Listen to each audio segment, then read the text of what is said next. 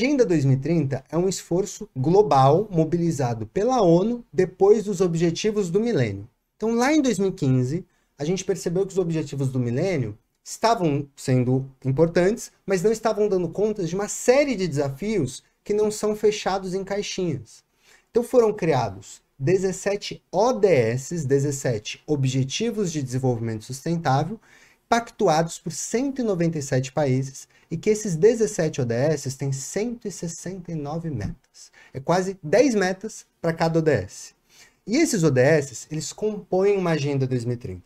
Fica fácil aqui para desenhar. A Agenda 2030 é um documento de compromisso global, os ODS são instrumentos dentro dessa agenda. Então, os ODS estão contidos na Agenda 2030. E para que serve isso? A gente tem, por exemplo, o ODS 4, que é a educação de qualidade, que ele vai estabelecer uma série de questões que para nós a gente até pode pensar que não é tão central, a gente já avançou na educação, mas que para muitos países é tabu às vezes você pensar em uma educação básica universalizada.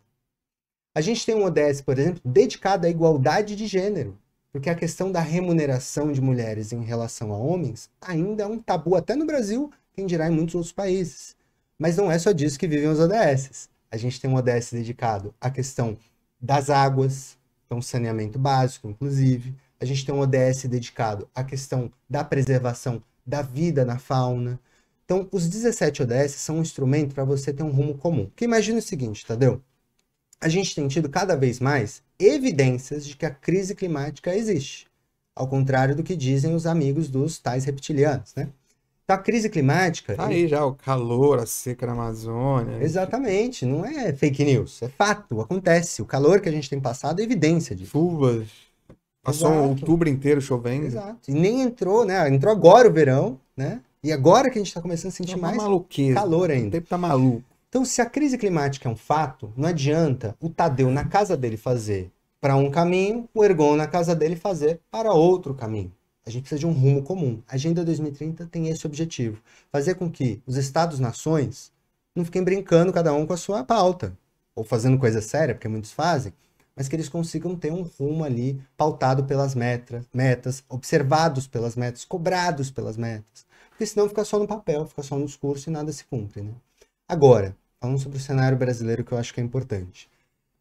Existe um GT voluntário hoje nacional da Agenda 2030, que são pesquisadores, que são organizações sociais e tudo mais.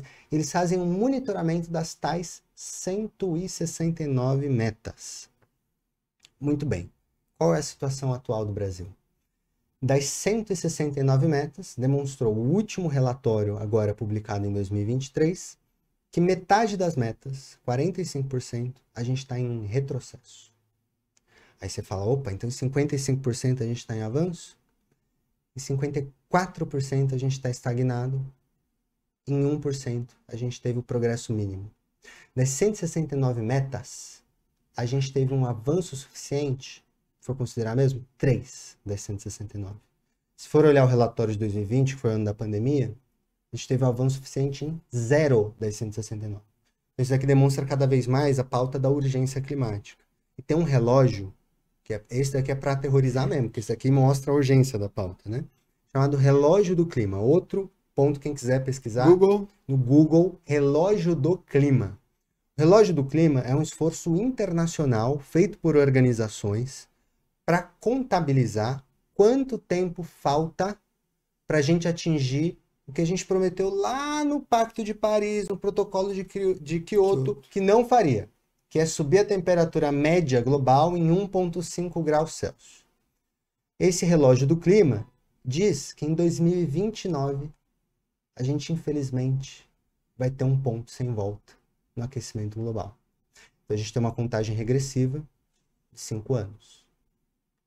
Teve uma projeção que o pessoal do Relógio do Clima fez recente no Cristo Redentor. Quem jogar no Google provavelmente vai ver essa imagem, que é quando virou de 6 anos para 5 anos. Agora, em junho, a gente teve a contagem regressiva já passando. Ou seja, agora a gente tem 5 anos e meio para poder chegar num ponto sem volta no que diz respeito ao crescimento das temperaturas.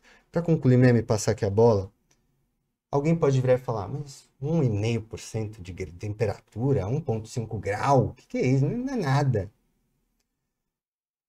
A gente, às vezes, vem na média, não se assusta.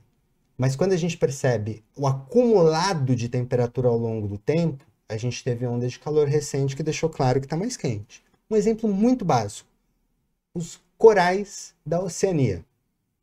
Bom, a gente está no Brasil. Você quer falar dos corais da Oceania? Quero falar dos corais da Oceania. A gente tem tido um processo de embranquecimento dos corais da Oceania, o que significa que eles estão morrendo e deixando de ter alimento para a vida marinha.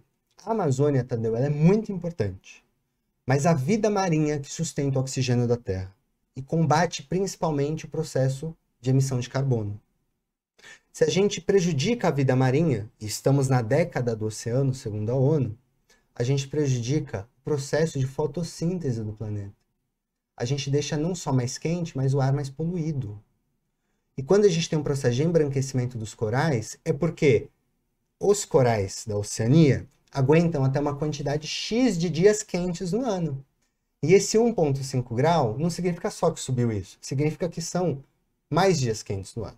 Então os corais chegam, por exemplo, nos seus 50 dias máximos de quente no ano, agora tem 60, 70, 80, 90, acima da temperatura máxima, e eles passam a morrer e deixam de ser ali residência e alimentação para uma série de animais e, enfim, algas da vida marinha que fazem o processo de fotossíntese. E para fechar, a gente viu agora a COP, né? Exatamente. Os grandes líderes mundiais não chegaram a acordo nenhum.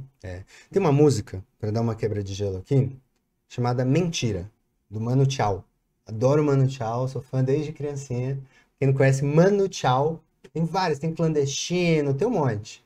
Mas a Mentira é muito boa, porque é uma música que ele fica cantando. Ele é francês, crescido na América Latina, canta músicas em espanhol e em português. Manu Chao, ele canta essa música Mentira, dizendo o seguinte: mentira é o que dizem, mentira é o que faz. Ele fica cantando assim 2 minutos e meio, falando só sobre a mentira. E no fim da música, tem uns barulhos de rádio ao fundo, que ele para de cantar e só tem... Fizemos o protocolo de Kyoto, uma mulher falando sobre a conferência do dia do protocolo de Kyoto. Fizemos não sei o quê, um outro cara falando... Rio 92, vai. Aí uma das últimas falas no rádio é em português. E é um cara falando a seguinte frase: não adianta empurrar com a barriga e deixar os abacaxis para os netos, pois enquanto o mundo continua parolando, o termômetro e a água vão subir. Isso é anos 2000.